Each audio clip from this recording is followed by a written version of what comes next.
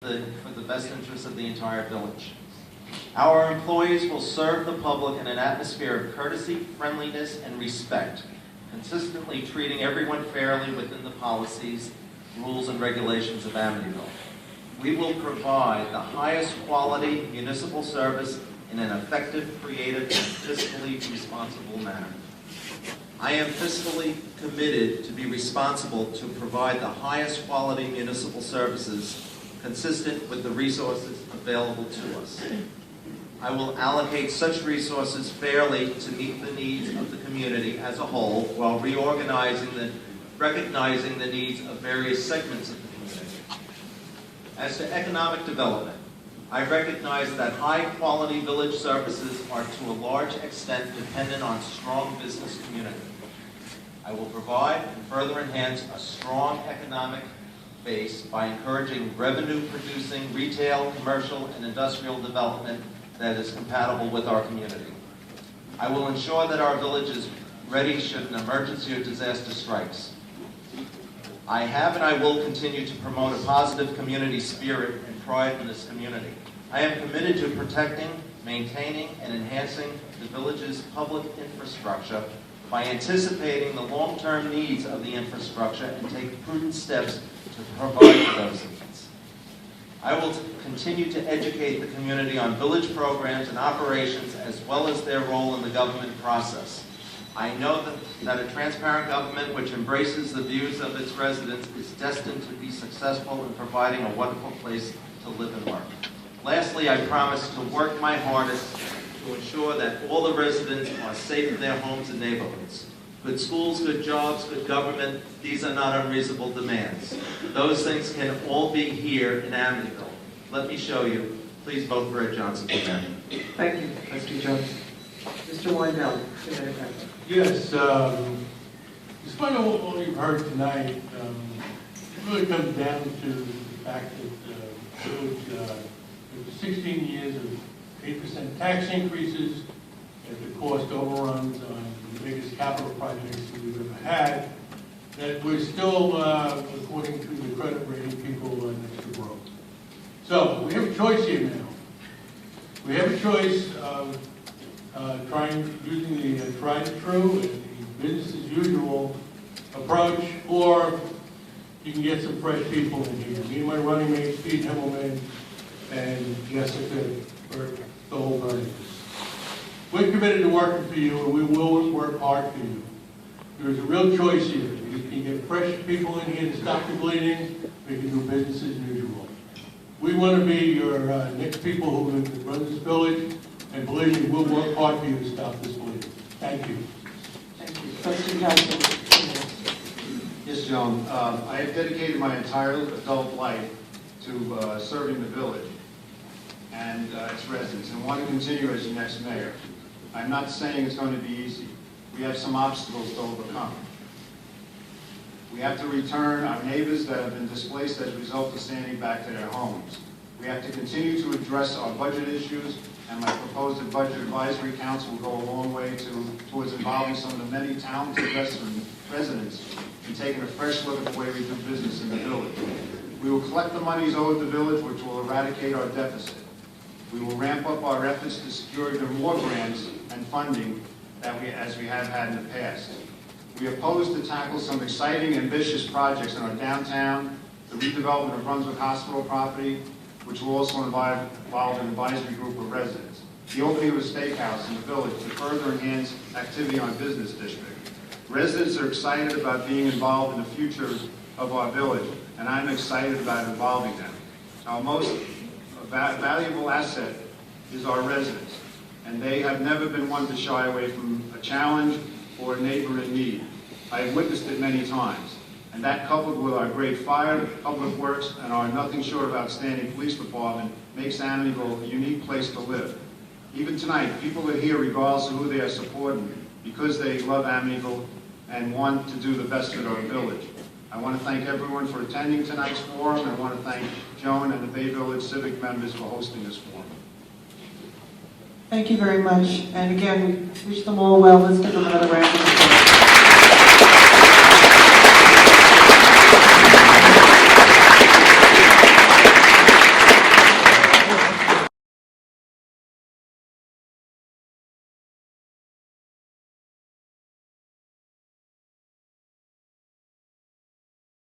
member of the People's Party. He was a founding member of it. And they had to run against a very formidable candidate. Nobody wanted to run against this candidate. My father said, okay, I'll do it. He was pretty sure he was going to lose, but he ran against this person. I got involved because we lived on Avon Place, and I'd come home from school and I'd go out and I'd stuff mailboxes. He did lose.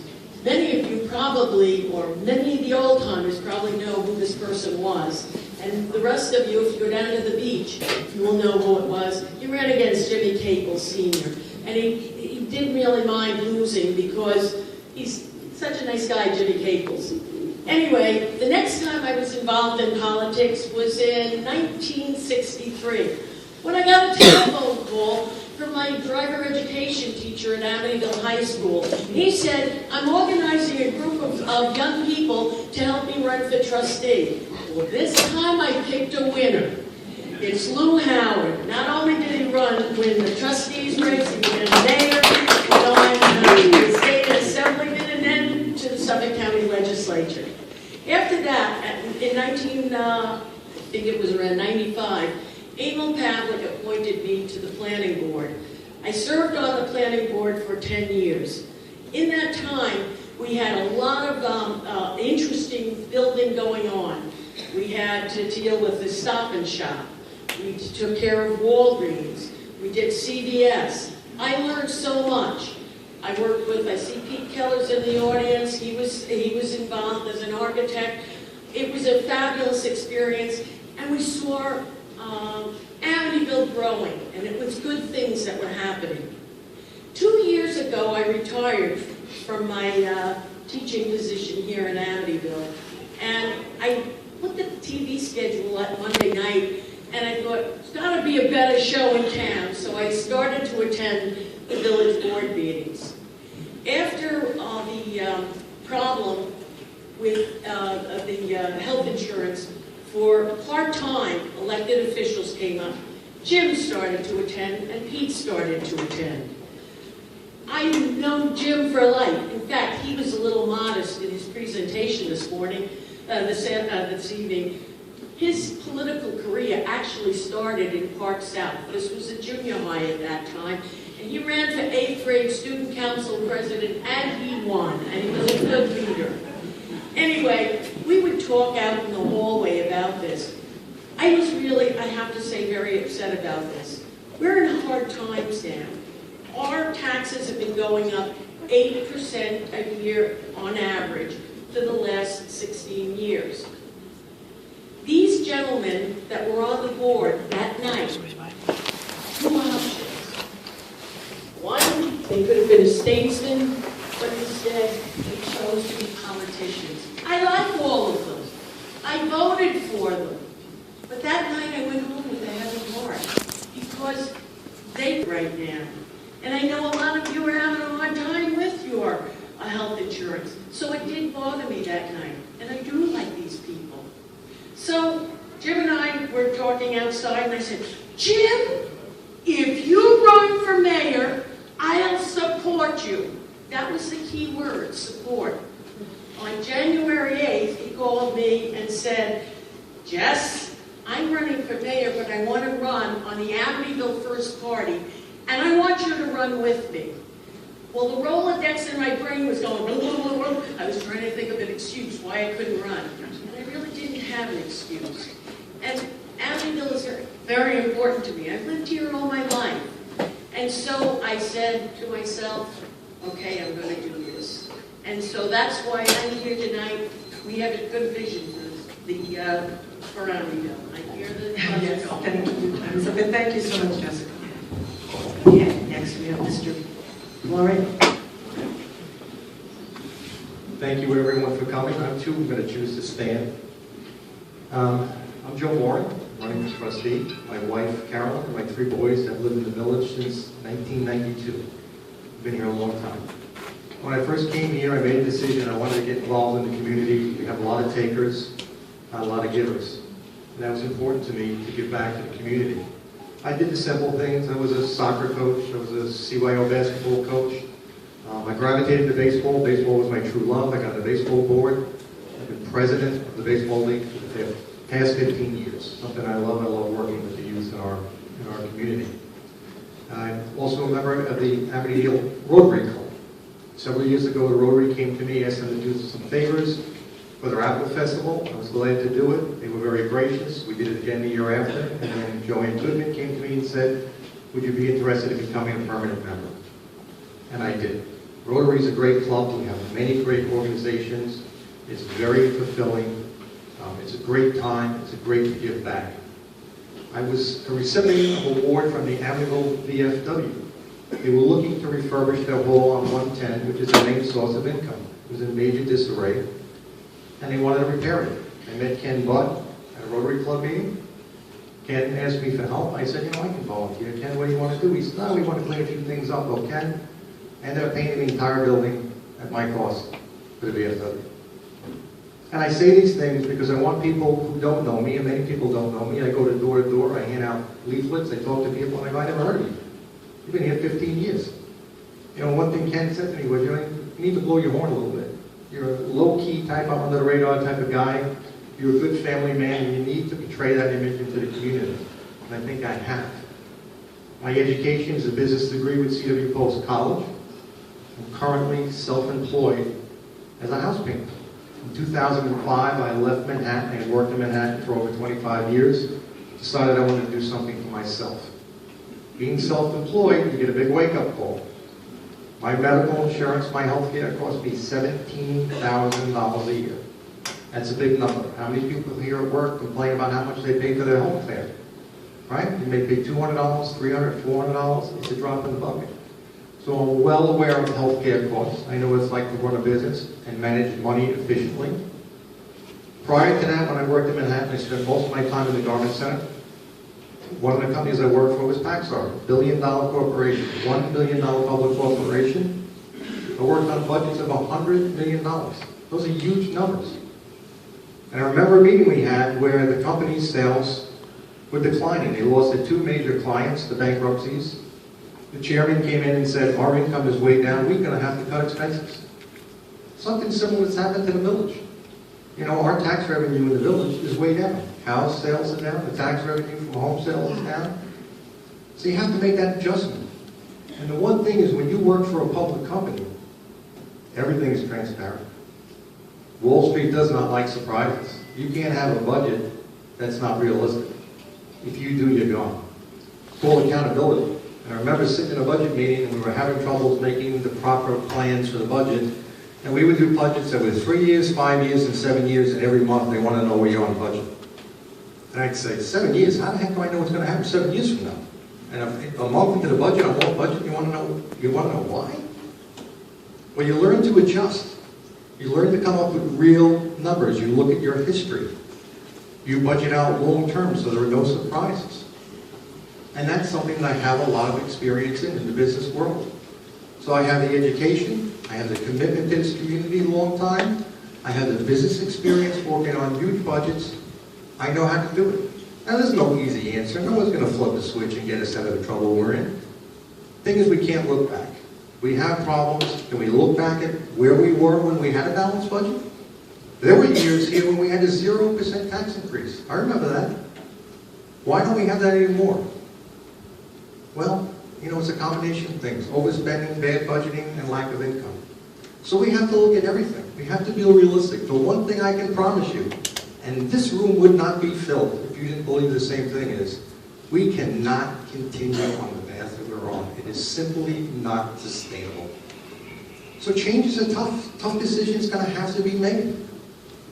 We all know that. Life has changed forever for all of us. So I guarantee you one thing. Whatever you see from me is real. I wear it on my sleeve. I don't have a speech. I'm not going to sit up here and read. It's not who I am. You ask me a question, I'm going to give you an honest answer. I promise you, whatever goes on, I will be accountable, and I will be transparent. Thank you, Mr. Bird. Okay, Mr. Walters. Chuck. Is this microphone on? Can everybody hear me? First, I'd just like to thank the Amityville Civic Association for organizing and hosting this event. How about that? Yes. Can you hear me now? I'd just like to thank the Bay Village Civic Association for organizing and hosting this event. Judging by the size of the crowd in attendance, I'd say that the interest level in this election is quite high. The level of competition surrounding this election is like something I've never seen before. And I have to be honest with you, like Jessica, I have spent quite a lot of time in this building, 9 years as a school board trustee. And the only time I saw a crowd like this was when we were negotiating the ATA's contract. So thank you very much for coming out tonight. I'm going to start with a little personal history about myself. I've been a lifelong resident of the village of Amityville, born and raised, third generation. I attended St. Martin up to Grammar School, Amityville High School, and graduated from St. Joseph's College with a bachelor's degree in health administration. I spent the early part of my career as a New York City paramedic before entering into administrative management positions at the Maimonides Medical Center, a large academic teaching hospital in Brooklyn. I'm currently the administrative director of the Suffolk Surgery Center. I'm married to my wife, Donna, 30 years in June. I know you're out there still, John, Donna. Happy anniversary soon. And I have 2 children, Michael and Allison. In terms of my community involvement, it's been primarily through 34 years of service to the Amityville Fire Department and 3 terms as school board trustee of the Amityville School District. My reason for running relates primarily to the fact that Amityville has been my home for my entire life. I believe this is a great town with a real hometown feeling, and I'd like to stay that way for generations to come. I want Amityville to be a place that we can all be proud to call home. There are, however, many challenges facing Amityville, and a future course that ensures we address these challenges is needed. I'd like the opportunity to play a part in meeting those challenges. Obviously, the #1 challenge facing Amityville relates to the effects of the poor economy that we have endured for some time now, and the need to monitor and control expenses so that the village remains in good fiscal health, can plan for the future, and minimize tax increases.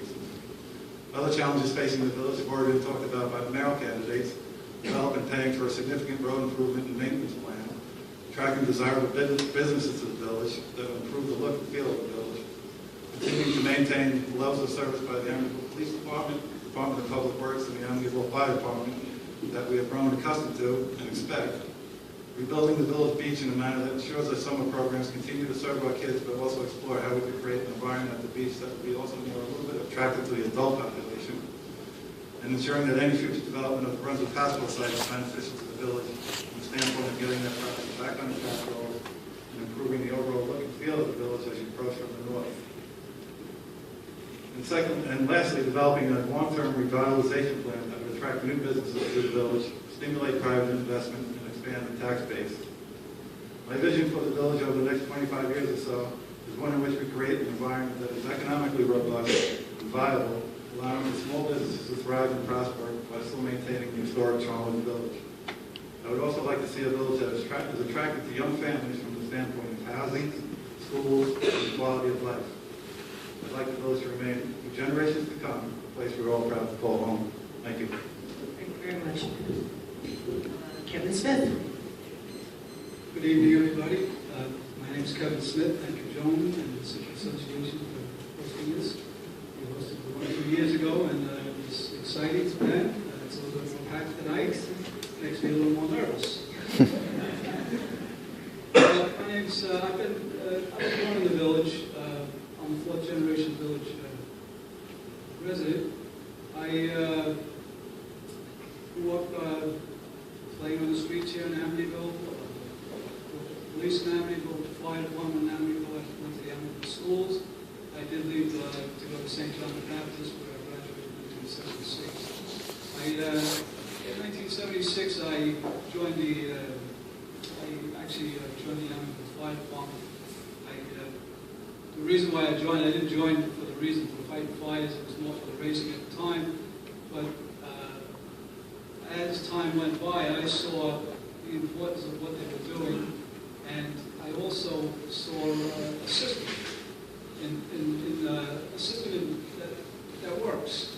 It's a system of government, the police, the village trustees, the residents. It's just one system in the village that I thought works very well, and I stayed with that for 36 years. I became an officer in there, rose to the ranks, and then I became the chief of the Amityville Fire Department. From there, as I was leaving the fire department, just before I was going out as chief in the fire department, I joined the Kiwanis Club because I saw that I was going to need something to do with my time after I got out of the fire department as chief. So the Kiwanis Club is a very active group. I saw them doing hands-on projects in the village. They work with kids. They were doing playgrounds at the time down at the beach. They were donating stuff to parks. So I found that attractive, and I wanted to be a part of that. I did work for the highway department for about 6 years, 5-6 years. In that capacity, I also was their union rep, so I learned a little bit about negotiating with contracts. I've always been a civic person. I've been involved with the town of Avalon now as a part-time building inspector for 5 years. I'm a small business owner. I started a business here. I've been in business about 26 years, and I pay for my own insurance also. I know what it's like to run a business. I know what hard work is. I am willing to work and want to work hard for this village. I see that as a whole, we can do things as a whole in this village if we come together. And what I'd like to see, my vision in the village is a couple of things. One is we need to attract more businesses in the village. We need to have an avenue for people to come into the village. And, you know, we need more restaurants and dinner, but I also think we need some entertainment. We need some playhouses or something along 110. We need to start our village up at Smith Street. We're talking about greening the highway, you know, in the midways there. We put cement across there and closed off, I think it was Washington Avenue years and years ago. We could close it off with some greenery coming into the village, starting it there and bringing it over 110. So that's where the village starts. So I think they talked about the middle of the village, changing that around a little bit. Trustee Canada Johnson and Peter Cassidy spoke about that, and I thought that was a wonderful idea. I think that we could do some exploring with mixed use, commercial building, especially on the Brunswick property, and also I heard something possibly in town on the steakhouse, possibly a new steakhouse with residential on top. I think that's a win-win. I think that people today, young people today, don't want a house. We need to create, what's the word I want to use? I want to say we need to create quality living for them, because everybody's working 2 jobs. So when they come home, they don't want to take care of a house. So I think that would be an absolutely great idea if we could start to look in that area in the middle of town, and also at the Brunswick Hospital site. As far as the beach goes, one of the things, the questions coming up, that's my vision. It's been my vision. I've been talking about it for probably about 10, 12 years now, about possibly revamping the beach and also doing a little beach down there, something, and bringing in attracting some business down that way. So there's a lot of exciting things. We can only do it together. We need to work together to do this, and I'm willing to work with people and form some sort of a committee with village heads and the chamber and everybody we can do that. What I want to say real quick, I'm sorry, taking 2 seconds, is we can work on that while we're working on our finances. Costs nothing to work on our plan. Thank you, Ken. Ms. Jenny. First of all, I am so thrilled that they spelled my name right. Normally, they leave out the second E, and the other thing is, Mayor Howard, they have this new hearing aid now called the Lyric. It goes inside for 4 months. You don't have to touch it. I'm going to get it because mine's probably as bad as yours. Obviously, we're all a little nervous, and especially me, as I take this candidacy extremely serious. I'm honored to even be running, and I'd be even more honored to become a trustee. So if I may, to maybe relax me a little bit and give you some information, I'll read the inside of my trifold. I feel there is much to be proud of in our community, our people, and our fundamental principles. There are many positives to build on. However, the community has become complacent, and standing issues have begun to erode the quality of life in the core of the friendly Bay Village. A community is about people, not just about budgets, expenditures, funds, and appropriations. For Amityville to once again be a community you can call your village, we need a board trustee that embraces openness, truth, accountability, preserving the status quo won't fix what is wrong. Listening to what the people recognize the failures and taking corrective action. It seems as far as the other trustees go, we're going to hear a lot of the individual problems that are in Amityville right now from Ms. Donaldson. They're going to ask us some questions. My thing, I've been lobbying for years as a board member of the Chamber of Commerce. I'm lobbying for people to get involved again. There will be no changes made in this village no matter who you elect. I don't have to tell you that because you're here, and I don't have to tell them that. They're volunteering their services to represent this village. It's the people that aren't here, and I'd like you to bring a message back to them. Change will not be made unless you get involved. You don't have to get involved by joining an organization or volunteering service. Just go to a meeting once in a while. I attend for many, many years, the board trustees meetings. As a matter of fact, I stopped recently because I was working Monday nights. But there's a very, very low turnout at these meetings. So you're not aware. There's no transparency, obviously, in our government, but maybe there is none because nobody demands any. I don't mean to be standing here blowing you out or anything, because you are here. That means you're involved. You want to know what's going on. Bring the message back to your neighbors. Tell them to get involved, or there won't be any change. I think that's enough. I wanted to say one other thing. There was a change in Amityville maybe 25, 30 years ago that a lot of you, I can tell, I'm not calling you old, but a lot of you realize that we had an area on Albany Avenue and Great Neck Road. And that avenue, that venue there was called The Corner. Biggest drug area probably on Long Island. The police could do nothing about it. They're not the Amityville police, it was the first precinct. They couldn't do anything about it. After many, many years, finally, the neighborhood got together. They called themselves the North Amityville Taxpayers Association, and they said, we had enough. That's who ended it, and that's who will make this village the great place it should be, is you. Thank you. Thank you. Mr. Himmelman. Thank you. Joe, thank you very much. Good work. Joe, I just want to thank you very much. Wait, hold on a minute.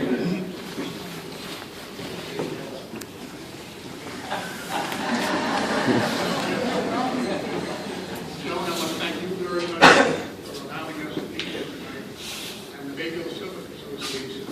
Without this would not be happening. My name is Peter Himmelman, and I live in Amityville with my beautiful wife, Karen. I was not born or raised in Amityville, but my family had a hook. My mom's best friend lived in Amityville. So with visiting passes, I was very lucky enough to grow up enjoying one of Amityville's most beautiful natural resources, the Amityville Beach. A vision of ours, the Amityville First Party, is to see the beach restored and returned to its original condition. That must be done immediately. Future plans for that area must then be explored. Amityville residents should not be going to Tanner Park, and admission to the beach should be free to all residents. If the present mayor and his trustees would relinquish their free-for-life medical benefits, that would more than cover the residents' beach admission fee. And please, don't believe the false scare tactics rumors that some village employees are spreading, that the only way the beach will ever open, or anything else will ever get done in this village, is that if a certain candidate for mayor gets elected because of his ties to the town of Babylon. The town of Babylon is in not much better shape than we are, so I fail to see how his town relationships are going to help us in the village. Just remember, no one person can run a village or a large business such as we are. I think we are witnessing that right now in our village. We need change. Back to the beach. We need and will apply for grants, park, recreational, and beach grants through town, county, state, and federal government, and we will be receiving FEMA assistance. With Jim Wandell as mayor and his formidable accounting background, and I think you were all witness to that here tonight, I'm confident that he will find many areas on our village budget, with money can be saved. Each money, downtown revitalization money, is street repair money. And Jim Rondell will show us ways to get our taxes under control. Another vision of mine is a downtown revitalization program. There are more than 15 empty stores on Broadway and Park Avenue at present. This needs to change. The Amityville First Party, wants to change Broadway from a racetrack to a nice one-lane village Main Street. Visualize downtown Lindenhurst, Massapequa Park, and Huntington, with 15-mile-per-hour speed limits and pedestrian crossing signs, and maybe even horizontal parking sections. My business background was dealing with restaurants, hotels, and taverns, both independently owned and national corporate chain restaurants. Most recently, as a division manager responsible for the accounts, all of these accounts, in Brooklyn, Queens, Nassau, and Suffolk, I built lifelong relationships with many of these business persons and restaurant owners, and could call on them at any time to discuss opportunities available to them in our village. We are now fortunate to have two of Long Island's finest restaurants in our downtown area. If we could add one or two more, and I guess we heard about one tonight that we weren't aware of, then Amityville Village could become the next Huntington. With Jim Mondell's accounting skills and Jessica and I as trustees, you can expect stabilized taxes, new fresh ideas, and change. I think we all agree it's time for a change. Please vote for the Amityville First Party. Thank you. With Jessica Bernius for the first question, and then we'll move on. It has been made public that the village bond rating has been lowered to just above junk status. Our budget appears to constantly have a deficit while costs are rising. In the most recent state audit, it was noted that costs do not appear to be regularly monitored. When a budget line is exceeded, there appears to be little or late corrective action. Do you have a plan to remediate this situation? Please describe it. And the follow-up is, have you thought of other revenue sources or actions that could bring more revenue into the village, and what are they?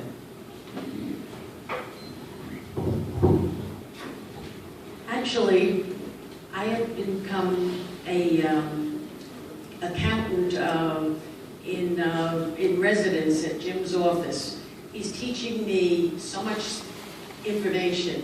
I've been looking through the village budget. I'm beginning to understand more and more what's going on with it. You know what? It's all common sense. If you don't have enough money coming in, you can't pay your bills going out. What we have to do is really stabilize our taxes. We have to encourage more business, not only within the village proper, but we have a very interesting industrial area around the perimeter. Some of those companies are national companies. High-Tech Pharmaceutical is actually a national company that maybe you have their medications in your medicine chest. They do generic drugs for Kmart and some of those places. When I was on the planning board, they came to the planning board because they wanted to expand. We helped them expand because we worked with them. We have to work with all sorts of businesses. I believe in the downtown area, but if we could bring in more of these other businesses, such as High-Tech Pharmaceutical, that would put us on the road to recovery as well. That goes probably more with the state, the second part of the question, how to get more revenue.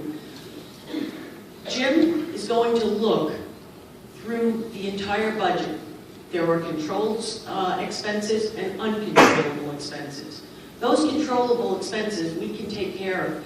We can use that money, we can use that revenue to increase our base, get more revenue in.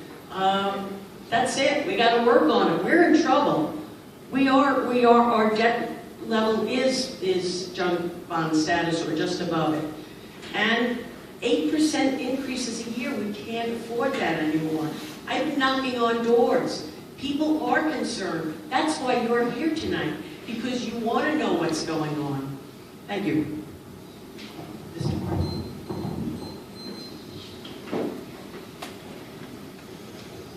Over the last 16 years, our taxes have gone up almost 8.5%. How many people here would go to a new bank, open up a CD, and they said to you every year the value of your CD is going to go down 8.5%? Nobody. So how are we going to attract businesses that are going to come into this town when they know their taxes and their rents are going to go up an average of 8.5%? That's a bad investment on my part. Now, I'm not going to give you any rah-rah speeches how I'm going to work with those real estate agents to fill all these stores. That's not the answer. You don't think our real estate agents are trying to rent these stores, sell houses? Of course they are. The solution is simple. We have to stop spending money we don't have. We can talk about Brunswick, we can talk about restaurants, we can talk about all the things we want to talk about, but until we balance the budget, we're wasting our time. We're simply wasting our time. We're out of control. We can't look back, we have to look forward. There are going to be tough decisions that have to be made. My background has done that. And I promise I will do. It's not going to be easy. No one's trying to hurt anybody here. All these people, all our taxpayers, we're suffering. This is a great town. We have so many assets. But we just can't continue down on this road. And it starts with a balanced budget. And whatever we have to do to get there, we have to get there. 8.5% is unacceptable. It's a bad investment all the way around. We are not going to attract restaurants. We are not going to attract Trader Joe's in this town. We are not going to get anybody that wants to come here with that picture. Quite honestly, I get sick and tired of all my friends calling me up, oh, Amityville's in the news day again today. You know, and you have to defend that. And they look at me and say, you know, the place is falling apart. You tell me what a lovely town it is and how much you love it. You're so glad you moved here. Well, I am. These decisions are not easy. I mean, the fact that we have so many people in this room is unbelievable. The last time we did this, Joan, what did we have? 20 people? 15 people? A little bit more. It shows that there's concern, that people are waking up, that we need a major change. And what we need is candidates who are thinking outside the box, who can make those changes. You know, we spend $150,000 a year on street lighting in this town. We could have a simple plan, a long-term plan, we could cut that in half.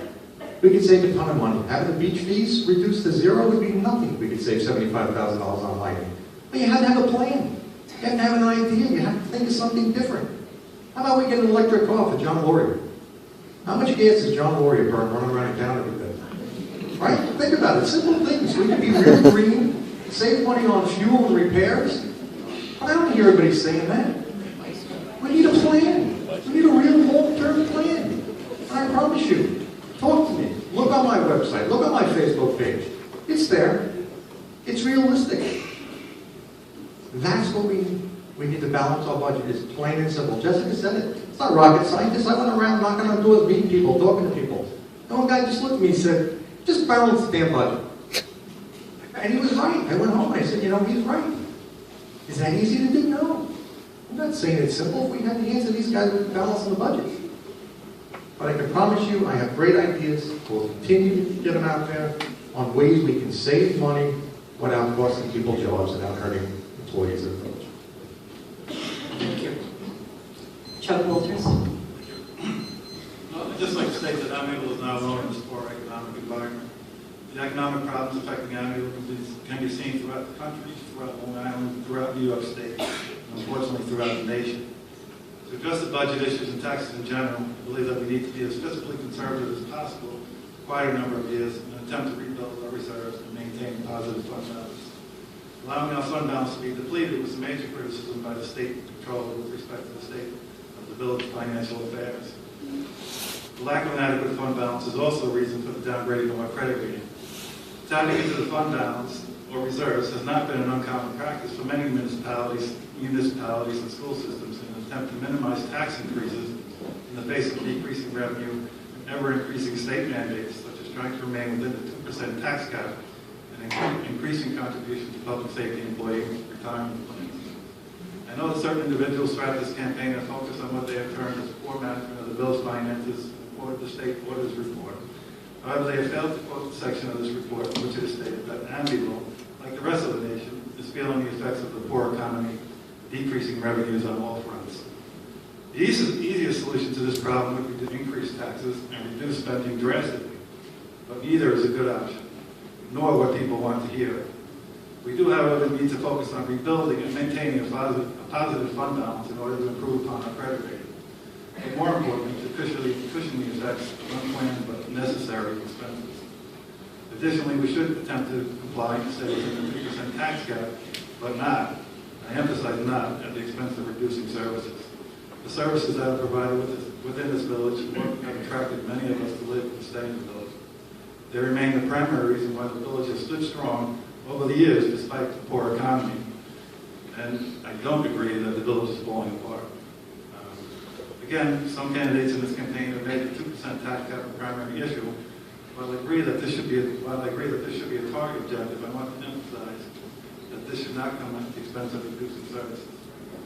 It's been my experience through 9 years as trustee with the school board and over 20 years of healthcare management experience that in order to achieve any significant reductions in the overall budget, it can't be done without reducing salary expenses. And that translates into service reductions. Token reductions have been tossed out there by other candidates are just that, tokens. For example, the Amityville First Party's 20% salary reduction for the mayor and trustees amounts to a savings on the overall budget of $8,400. That's 6/100% of the total village budget. Doing the math on the savings that would create for me on my annual village tax bill amounts to a savings of $1.08 or 9 cents a month. So essentially, the reality of fixing the village budget, the problems will probably come down to small tax increases, frugal and wise spending, and effective and creative budgeting practices. Ensuring that we do collect all revenues and back taxes on projects that are Wellington Estates, and unfortunately, probably a lot of patience and some pain. Thank you. Kevin Smith. Can you hear me? I also believe that our budget, we're like everybody else. We are in times right now where we need to sit down and take a look at what we have going out and what we have coming in, which is obviously everybody has been privy to that.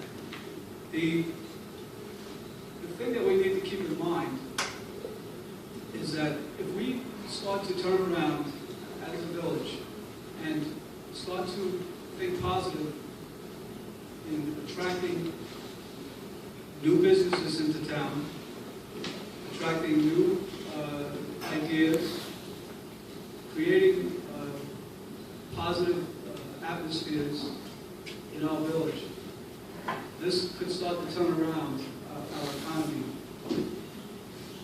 almost immediately. We still need to watch our spending. I've heard Green mentioned. I think that's an avenue that we need to explore, especially with our street lighting, lighting in town. I think that we can save some money that way. Cars, absolutely. Green is in the air, and I think it's something that we should look at.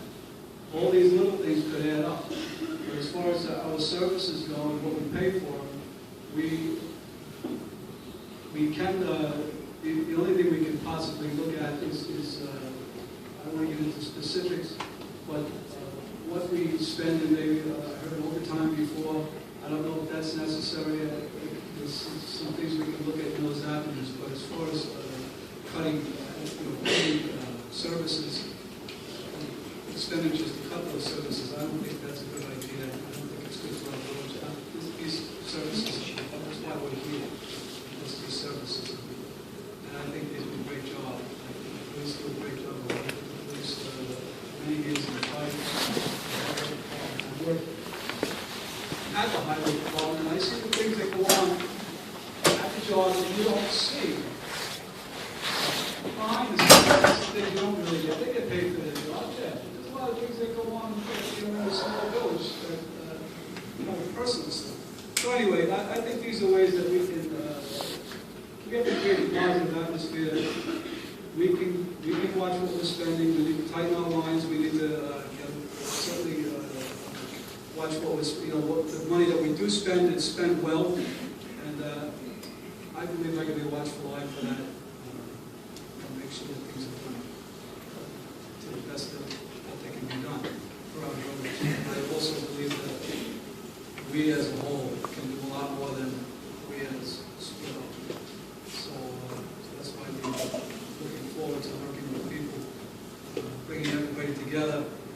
getting ideas on how we can fix this problem. Thank you, Ken. Bruce Jen. As candidate Walters said, we are not unique to anybody else in this country.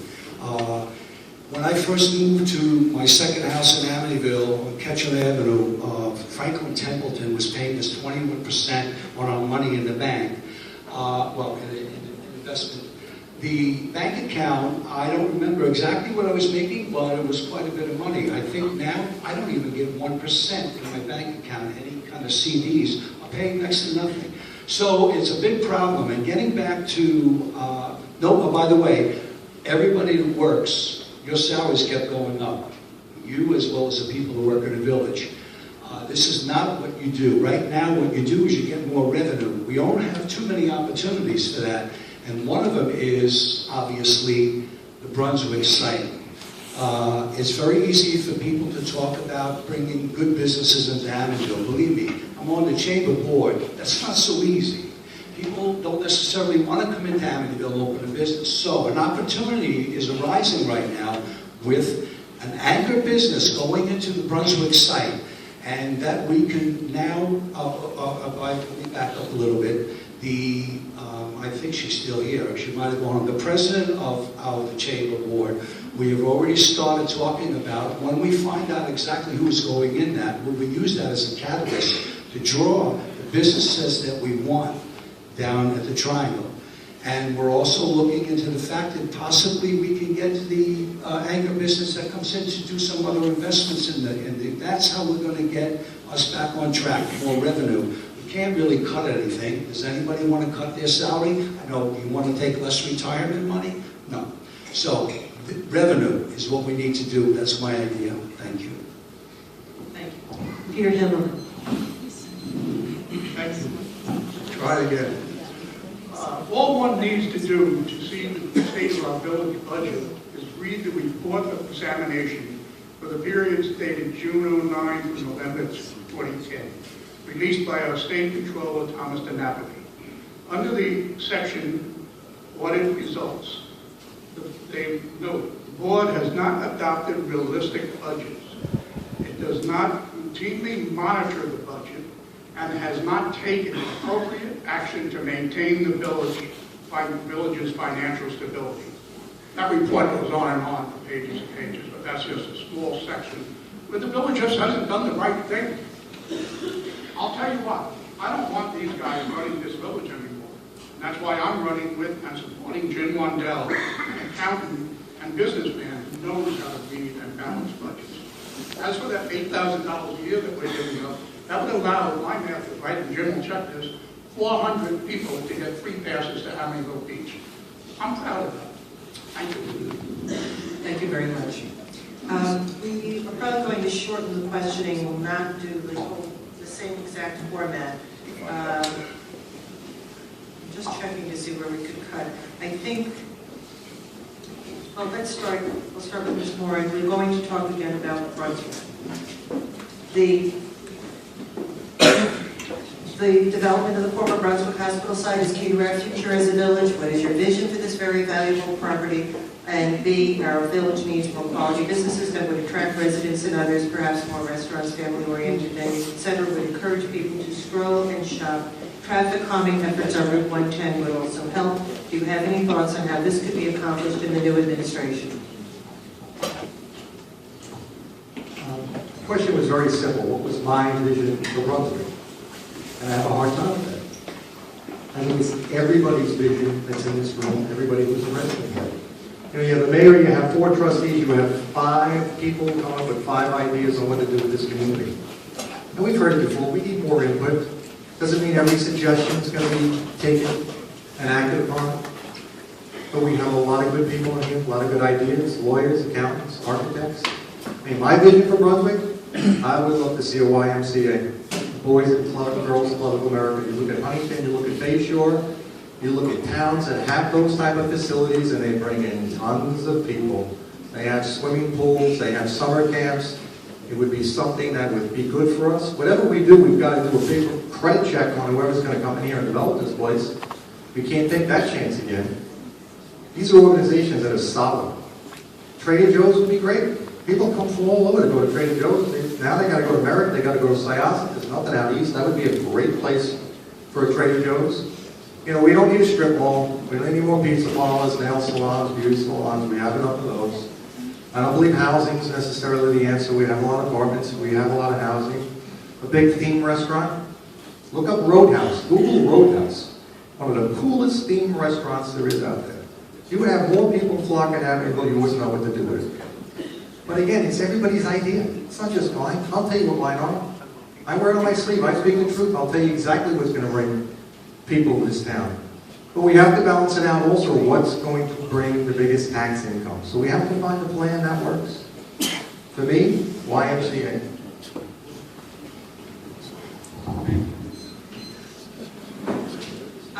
Just a quick question, because you just didn't discuss anything about the traffic calming on 110. Is that anything that you would envision? You just have another minute left on that. Traffic is definitely an issue, not just on 110, with people not stopping at stop signs. Calming down, I think a center divider is a great idea. You go to towns like Lindenhurst, you go to towns like Massapequa Park, they have those signs in the middle that say slow down, stopping pedestrians are present. You can just walk right in the middle of the street in those towns and people stop, they know it. It gives you that warm feeling, that charming feeling of a small town. I think that would be great, and I'm sure the police force would be more than willing to help us. Don Dobby's done a great job with the police force. You know, we sit down and we come up with a plan that'll work for everybody, and that definitely would work. Thank you. Okay, Chuck Walters. I think the center divider is a fantastic idea. At one point in time, the village was like that. I can remember diagonal parking. I definitely think it would increase the pedestrian traffic. And in terms of the Brunswick development, I had an interesting conversation with Paul Pontieri, Village of Patchogue Mayor, just actually about 3 hours before this meeting. And he's done some fantastic work in the Village of Patchogue. I don't know if there's anybody who's been there recently, but it's really turned completely around. And he made a comment to me that I found kind of interesting. He said, you know, we can talk about all these great plans,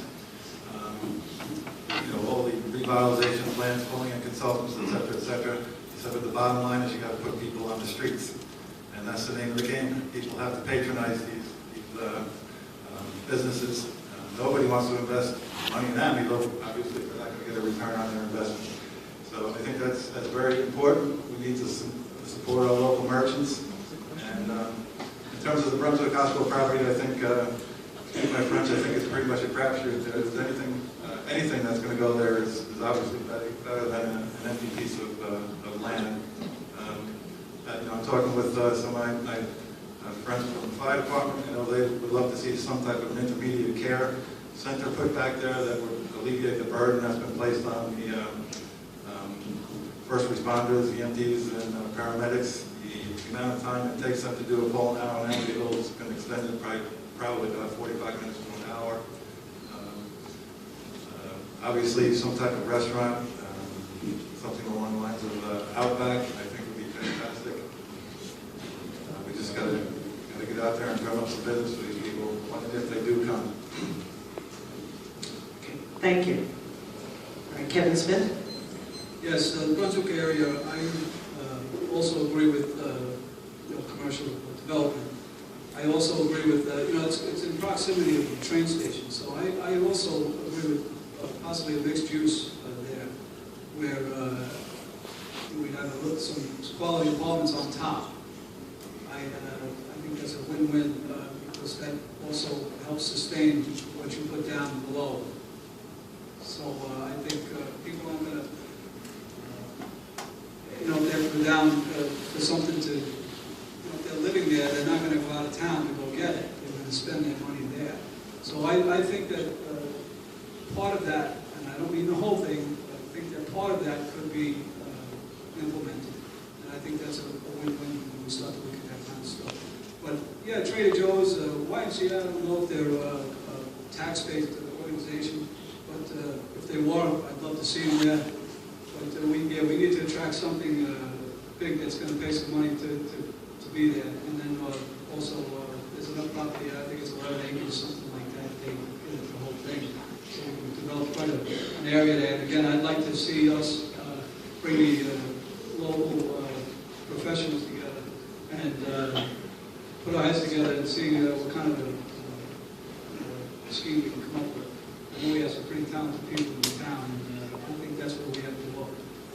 Get them in the room talking. I think it can work. As far as the middle divide in the town, I think that's a great idea. Again, I agree with also bringing a little attraction as you're coming into town on the north of Sunrise side also. I think we need to just address that middle divider there, and then as we go into town, I like the idea of slowing the traffic down, possibly some diagonal parking. Needs to be looked at. Needs to be one of the things. I've been on the planning board for about 6 years, and one of the biggest things that I've seen and learned is parking is an issue, and it's very important. There's numbers that work for this stuff, and it's not. You got to keep politics out of it. When the numbers work, they work, and it makes it comfortable. We just did the one down on Ketchum Avenue. The Ketchum Avenue, the Five Guys area there, and there's plenty of parking there. So the planning boards worked very hard at making sure that there's because when you bring these things into town, you also need to create the movement of traffic and make sure that it's going to work for everybody. It's going to be safe, and so I think that we've worked hard on trying to accomplish that. So yeah, there's a lot of things to look at when you're doing that. But yeah, lay it out. Let's look at it and get the professionals to make sure that it's going to work for us. Thank you. I just want a clarification. I'm glad you mentioned it. When I'm referring to Route 110 in that question, I am including north of Sunrise Highway. The village does start at Smith Street, and we definitely do have to recognize that. Yes, I noted it, and I wanted to correct that if anybody thought I was only talking about 110 south of Sunrise Highway. Mr. Bruce Jenny. This is tough for me at this particular point because 110 I realize, and I don't know if everybody realizes, to have anything done, it's a state road, and to have anything done is not so easy. I'm not going to stand here and come up with ideas and say this would be easy to do. This is definitely not.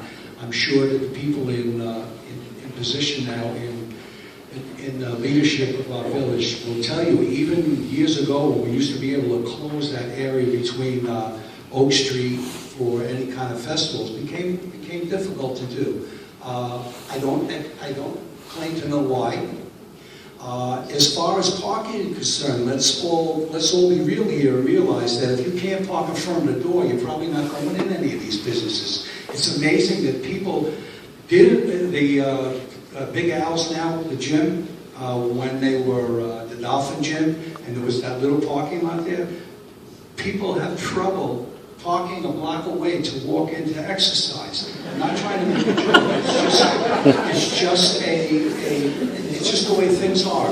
And they complain about the Amity Mall where the Better Baker is and the Wawa Kitchen and Athena. It's substandard parking, we all know that. But on a Sunday morning at 6 o'clock in the morning, because I go to the golf course, there might not be any cars in that parking lot. Customers come in, park right in the fire lane, right in front of the door. So we have to take some responsibility for a lot of the things that go on in this village. And we also, again, I'm lobbying for us to get involved, tell your neighbor, park in the spot. Don't park in front of the door. So maybe somebody having some trouble walking has to go around your car, which you leave running, and then another person came back out of a spot because you're blocking. It's just, we got to work together, folks, and I'm going to keep preaching that. And one last thing, I want to let you know something about myself, and I wish John was here. I know that a few board members are here. I'm a bit annoying when it comes to lobbying for things. I will hammer. Some of you people got involved in the fundraiser, the golf outing. We had the first entrepreneur was trying to tie in New York State with the youth in our village, because I realized if you're worried about your property values, your businesses and your schools are the most important thing. Everything else means something, but not as much as your businesses, and not so easy. I brought people in here from Queens to look at the businesses next to now Fontana Pizza. Their big complaint was there was nobody in the street, not parking. There was nobody in the street. There was no traffic. There was no people walking around. This is a problem. So it's not so easy for people to say we got to bring in good businesses. Realize that we have a catalyst at this point, and that is the Brunswick area, and we've got to use that. Thank you. Thank you. Peter Hilleman? Thank you again. I think I spoke about the 110 ideas in my opening statement. I spoke about it being a racetrack right now, and that one of our visions is to slow traffic down. Go from 2 lanes to 1, and also to have crossing signs like they do have in Vindenhurst, for example. With Brunswick, like everybody else here, I have lots of visions for things that could happen there. I think, if elected, what we should do is start over, go back and meet with the owners of that property, and find out what they have on their minds, because I don't know. I mean, maybe only the Board of Trustees knows. You know, what is their vision and what are they looking for? We have to talk before we can formulate any plans, I think. The national chain restaurant is my forte. I worked with these national chain owners for the last 25 years, the managers, district managers. I worked very closely with 2 of the owners who buy the properties or lease the properties for just such things. You mentioned Outbacks and Applebee's. They're both located within the Vindenhurst, so they're not going to happen. But there is, Applebee's owns many other venues. Panero Breads is part of them, and they do have, I think it's the Roadhouse Steakhouses, and also Dave's Famous Barbecue. These are chains that we could approach, and I do know who to approach, and bring them in to talk to. Thank you. Thank you.